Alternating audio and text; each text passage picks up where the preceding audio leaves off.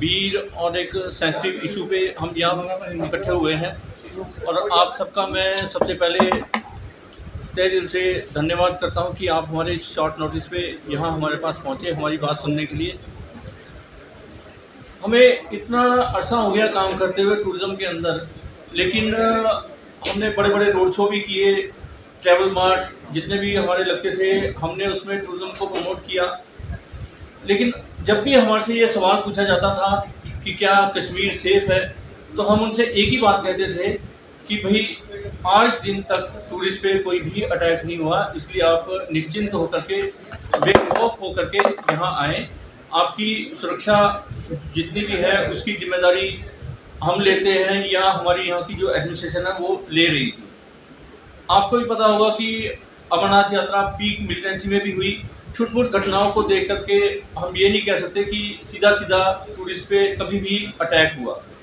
लेकिन आज जो ये हुआ इसकी हम कड़े शब्दों में निंदा करते हैं। हालांकि हम स्पीचलेस हैं, इतना बर्बर हत्याकांड जो हुआ उसको लेकर के हम सबके दिलों में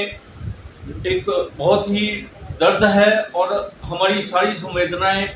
उन निहत्थे मासूम बेकसूर लोगों की जो शहादत हुई है, हम उनके परिवारों के साथ खड़े हैं और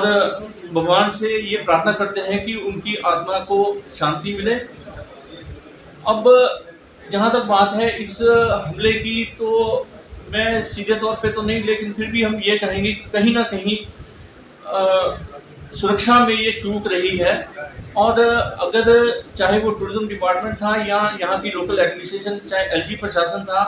अगर उन्होंने एक इस तरह की आइसोलेटेड टूरिस्ट डेस्टिनेशन को खोला था तो कम से कम वहाँ पे सुरक्षा के जितने भी पुख्ता इंतजाम होने चाहिए थे उसके बारे में भी पहले सोचना चाहिए था। और आज हम आप सभी के चैनल के माध्यम से केंद्र की सरकार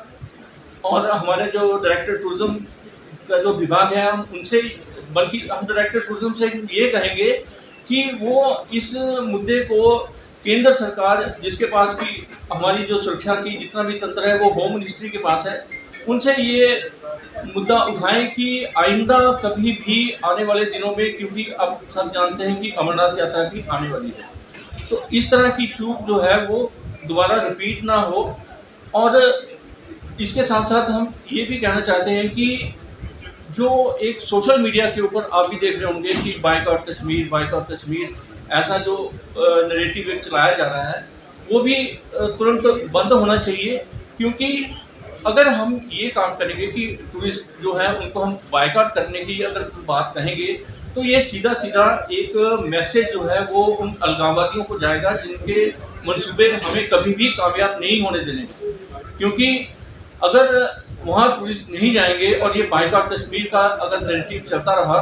तो उनके जो मंसूबे हैं जिसके लिए उन्होंने ये इतना एक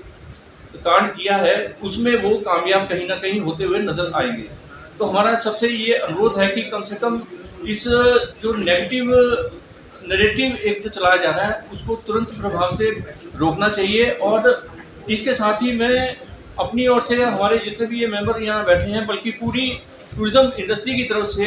ये एक अपील करना चाहूँगा कि जो ये नैरेटिव चलाया जा रहा है, जो एक नेगेटिव इम्पैक्ट गया है न केवल कश्मीर के ऊपर बल्कि हमारी पूरी टूरिज्म इंडस्ट्री, चाहे वो कश्मीर की है चाहे वो जम्मू की है, सभी जगह ये जो एक नैरेटिव जाया और जो डर का माहौल जो पैदा हो गया, उसको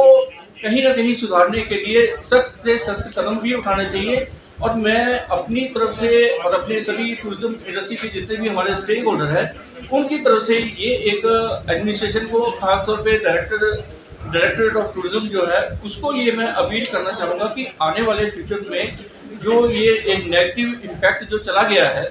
क्योंकि ये मैं ये कहूँगा कि ये पुलवामा 2 एक अटैक हुआ है, तो इसको जो नेगेटिव इम्पैक्ट गया है उसको पॉजिटिव करने के लिए जो भी पॉलिसीज अडॉप्ट की जाएं या कोई भी स्ट्रेटजीज बनाई जाएं, उसमें कम से कम जो हमारे टूरिज्म के जितने भी स्टेक होल्डर्स हैं उनको इन्वॉल्व करके कोई ऐसी प्लानिंग की जाए ताकि जल्द से जल्द ये जो नेगेटिव इम्पैक्ट है इसको बदल करके हम एक पॉजिटिव नैरेटिव बनाएं, और ताकि जो टूरिज्म इंडस्ट्री को इस वक्त जो सेटबैक लगा है उसको फिर से रिवाइव करने की कोशिश हम, क्योंकि ताली एक हाथ से नहीं बजती है, एडमिनिस्ट्रेशन के साथ हम खड़े हैं और टूरिज्म इंडस्ट्री के साथ भी हम खड़े हैं। तो जो भी पॉलिसीज बनाई जाए उसमें जो हमारे जितने भी स्टेक होल्डर हैं उनको भी उनकी सजेशंस, उनके सुझाव जितने भी लेकर के हैं वो आइंदा आने वाले इस समय में इसको पॉजिटिव कन्वर्ट करने के लिए टूरिज्म इंडस्ट्री बनाए। और इसके साथ एक और जो बहुत ही गंभीर मसला है जिसके लिए हम बात करना चाहेंगे, और वो बहुत ही ज़रूरी है, क्योंकि मैं खुद उन दिनों में जिस वक्त यहाँ पे क्लाउड बर्स्ट हुआ रामबन में, उससे 2 दिन पहले मैं श्रीनगर में था और मैंने अपनी आंखों से देखा कि जो हमारे एयरफेयर थे वो श्रीनगर जम्मू 75,000 तक पहुँच गया,